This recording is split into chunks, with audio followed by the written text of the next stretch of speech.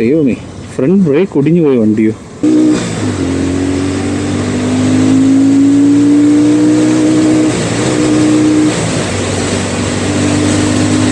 Confidence ഉണ്ടോയെന്ന് ചോദിച്ചാൽ എനിക്ക് വലിയ കോൺഫിഡൻസ് തോന്നുന്നില്ല കേട്ടോ.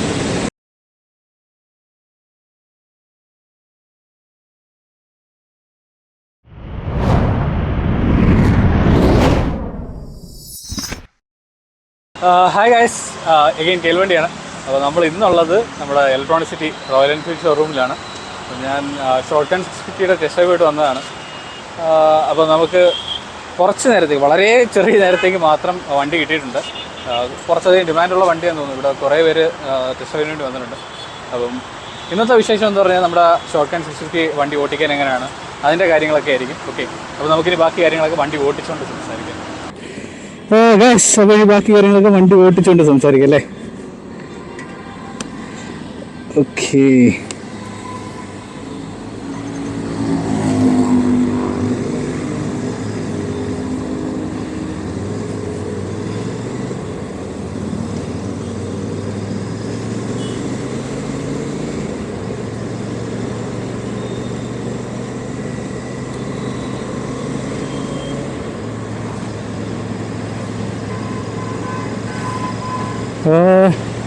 ഇതിനകത്ത് ആദ്യമേ തോന്നുന്നൊരു കാര്യം, നമ്മുടെ എൻജിൻ നമ്മുടെ പഴയ അതേ എൻജിൻ തന്നെയാണ് 650യുടെ, മീൻസ് ഇൻ്റർസെപ്റ്ററിൻ്റെ GT-യുടെ അതേ എൻജിൻ തന്നെയാണ്. ചെറിയൊരു ട്യൂണിങ് വ്യത്യാസം മാത്രമേ കാണുന്നുള്ളൂ. പക്ഷെ എടുത്തു പറയേണ്ട ഒരു കാര്യം ഇതിൻ്റെ ഈ ഒരു സീറ്റിംഗ് പോസ്റ്ററാണ് കേട്ടോ. ഇത് ക്രൂയിസർ എന്നാണ് ഒഫീഷ്യലി പേപ്പേഴ്സിൽ പറയുന്നതെങ്കിലും, പക്ഷെ ഒരു വല്ലാത്തൊരു ക്രൂയിസിങ് പൊസിഷനാണിത്.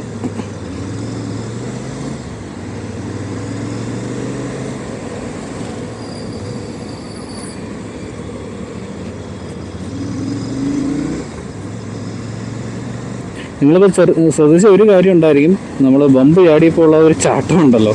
സംഭവം സസ്പെൻഷൻ കുറച്ച് സ്റ്റിഫറാണ്, അതുകൊണ്ടൊരു ചെറിയ സ്റ്റെബിലിറ്റി, ലൈക്ക് കുറച്ചും കൂടെ ഒന്ന് സ്റ്റേബിൾ ആയതെന്ന് എനിക്ക് തോന്നുന്നുണ്ട്, ഒരു സ്പീഡ് എടുക്കാനൊക്കെ.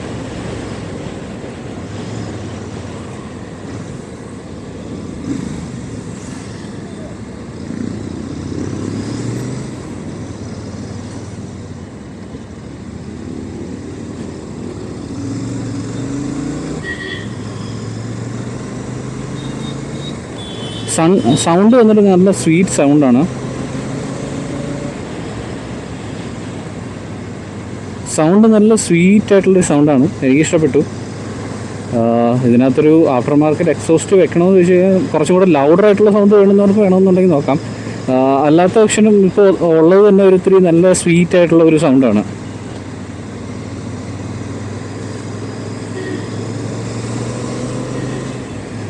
നിങ്ങൾ ശ്രദ്ധിച്ചൊരു കാര്യം ഉണ്ടായിരിക്കും, ഞാൻ വളരെ ക്വയറ്റാണെന്ന്. ഒരു റീസൺ എന്ന് പറയുമ്പോഴത്തേക്ക്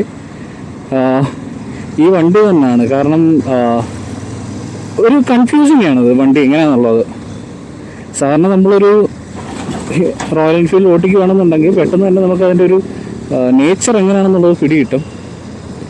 പക്ഷെ ഇതിനകത്ത് അത് വലിയൊരു പ്രശ്നമാണ്.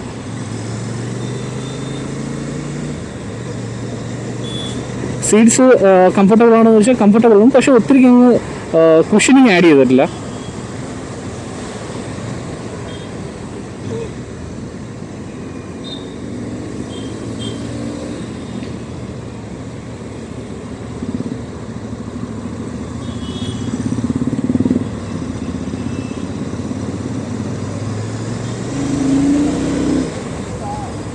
നിങ്ങളത് കണ്ടില്ലേ, എടുത്തുകൊണ്ട് പോകാൻ മീൻസ് ആ ഒരു പിക്കപ്പ് ഉണ്ടോയെന്ന് വെച്ചാൽ നല്ല അടിപൊളിയായിട്ടുണ്ട്. ദൈവമേ, ഫ്രണ്ട് ബ്രേക്ക് ഒടിഞ്ഞു പോയ വണ്ടിയോ, ടെസ്റ്റ് ഡ്രൈവ് വണ്ടി.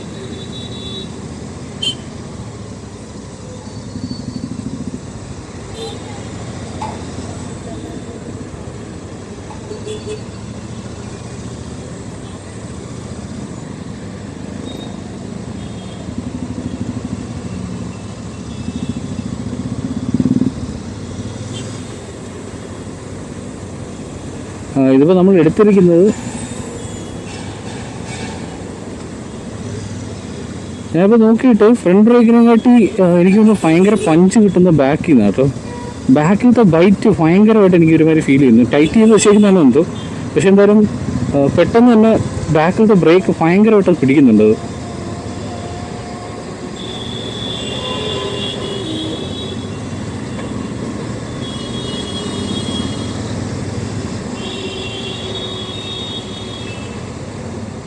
ബാംഗ്ലൂർ തിരിച്ചു വന്നപ്പോഴത്തേക്ക് ഈ വൃത്തികെട്ട ട്രാഫിക്കിനകത്തൂടെ പിന്നെയും വണ്ടി ഓടിക്കണമെന്ന് ഓർക്കുമ്പോഴാണ് നമ്മൾ കഴിഞ്ഞ ആഴ്ചയൊക്കെ നല്ല അടിപൊളിയായിട്ട് വണ്ടി ഓടിച്ചുകൊണ്ട് നടന്നതാണ് നാട്ടിൽ.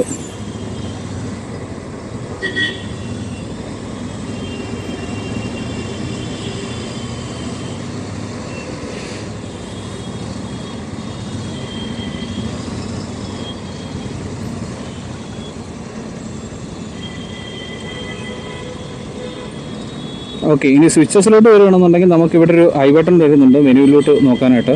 അതിനൊക്കെ തന്നെ നമ്മുടെ high beam, low beam, pass switch integrated ആണ്. ഇവിടെ ഇൻഡിക്കേറ്റർ, ഇത് horn, ignition, kill, start, hazard, വളരെ ബേസിക്കാണ്. പിന്നെ നമ്മുടെ മീറ്റർ കൺസോൾ എന്ന് പറയുന്നത് നമ്മൾ സ്ഥിരമായിട്ട് കണ്ടുവരുന്നൊരു മീറ്റർ കൺസോൾ തന്നെയായിരുന്നു നമ്മുടെ സ്ക്രാമിനകത്തും മീറ്റിയോറിനകത്തും എല്ലാം. അത് മീറ്റർ കൺസോൾ അതാണ് ഇങ്ങനെ ബുക്ക് ചെയ്ത് ഇവിടെ കൊണ്ടുവന്ന് വെച്ചിട്ടുണ്ട്. പിന്നെ നമ്മുടെ ടൈം മാത്രം നോക്കാനുള്ള ട്രിപ്പർ നാവിഗേഷനും ഇവിടെ ഉണ്ട്. ഇതിൻ്റെ സീറ്റ് ഹൈറ്റ് വന്നിട്ട് 795 mm ആട്ടോ വരുന്നു.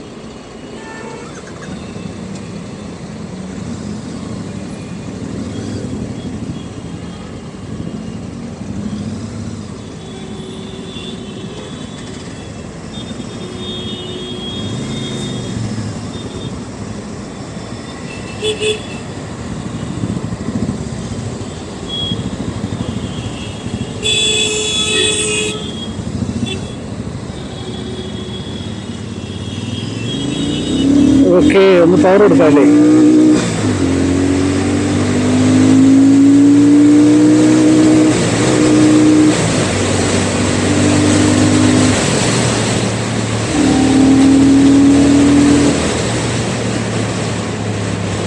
കൊള്ളായിരുന്നു. പവർ ചെയ്യുമ്പോൾ നല്ല രസമുണ്ട്. പക്ഷേ ആ റെഡ് ലൈൻ ചെയ്ത് എത്തുമ്പോഴത്തേക്ക് ഒരു ചെറിയ മന്ദത ഞാൻ കാണുന്നുണ്ട് കേട്ടോ.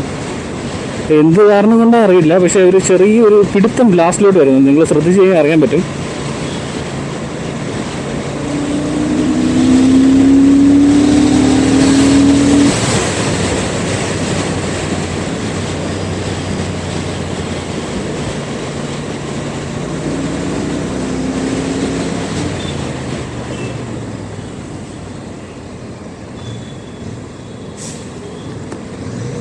അതേപോലെ എൻ്റെ ഒരു ബ്രേക്സിനെ പറ്റിയുള്ള ധാരണ അത് വളരെ കറക്റ്റായിരുന്നു കേട്ടോ. സംഭവം നമ്മുടെ ഫ്രണ്ടിനെക്കാട്ടി കുറച്ചും കൂടെ ബൈറ്റ് വരുന്ന ബാക്കിൽ നിന്നാണ്. അത് എന്തുകൊണ്ടാണെന്ന് ചോദിച്ചാൽ എനിക്കറിയില്ല, പക്ഷേ അതങ്ങനാണിപ്പോൾ.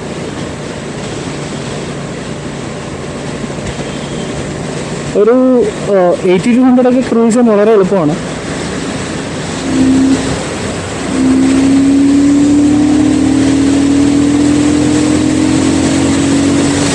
അത് കഴിഞ്ഞാൽ വലിയ കോൺഫിഡൻസ് ഉണ്ടോയെന്ന് ചോദിച്ചാൽ എനിക്ക് വലിയ കോൺഫിഡൻസ് തോന്നുന്നില്ല കേട്ടോ. ഒരു 100 കഴിയുമ്പോൾ തന്നെ നമ്മളാ ഒരു റൈഡിങ് കോൺഫിഡൻസ് ഒന്ന് പോകും. പോകുമെന്ന് വെച്ചാൽ പുഷ് ചെയ്ത് കഴിഞ്ഞാൽ പോകും. നമ്മുടെ 650cc എഞ്ചിൻ ആയതുകൊണ്ട് അതങ്ങ് പോകും. പക്ഷേ ഒരു കംഫർട്ടബിളായിട്ട് ക്രൂസ് ചെയ്യാൻ പറ്റുമെന്ന് ചോദിച്ചു കഴിഞ്ഞാൽ എനിക്ക് തോന്നുന്നില്ല. അത് കുറച്ചും കൂടെ ഒന്ന് എന്താ പറയുന്നത്, ഒരു 80-80ലൊക്കെയാണ് കുറച്ചും കൂടെ ക്രൂസ് ചെയ്ത് പോകാനൊരു കംഫർട്ടബിൾ പൊസിഷൻ എനിക്ക് തോന്നുന്നു ഈ ഇതേ കണക്കുള്ള റോഡുകൾ. ഓക്കെ, ഒരു ഹൈവേയിലൊക്കെ ആകുമ്പോഴത്തേക്കും മേ ബി ഒരു 110-120 വരെയൊക്കെ നോർമൽ ക്രൂസിംഗ് ആയിട്ട് നമുക്ക് പോകാം.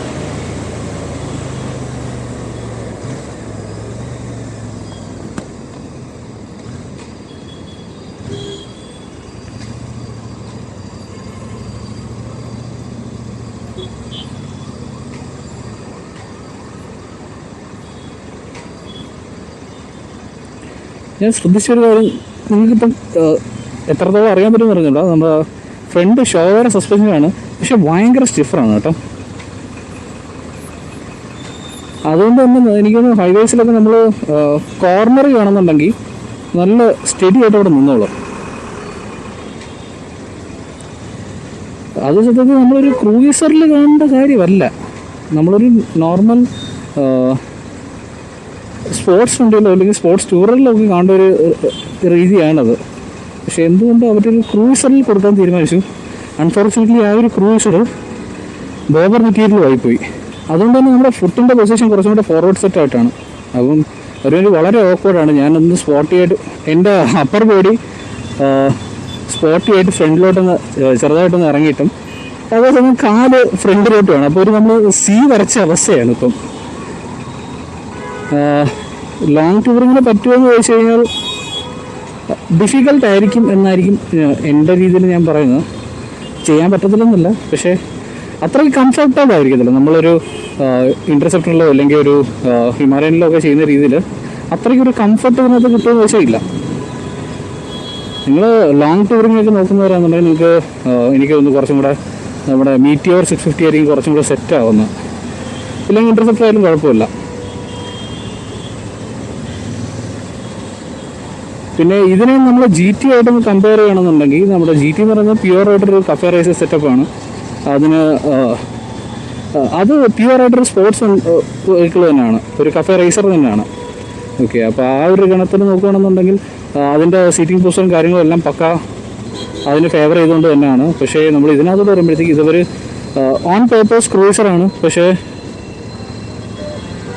ഇതിൻ്റെ സ്വഭാവം ഒന്നും അങ്ങനെയൊന്നുമല്ല. സോ അതൊരു വളരെ വ്യത്യാസമായിട്ടുള്ള രീതിയിലായിരിക്കുന്നു.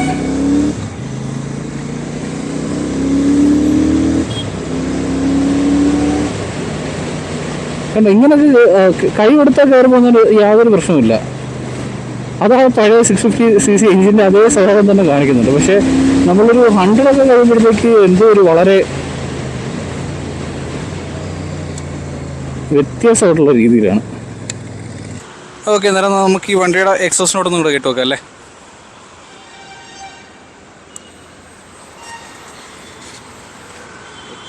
ഗിയർ ഫസ്റ്റ് ഗിയർ ആയിപ്പോയി.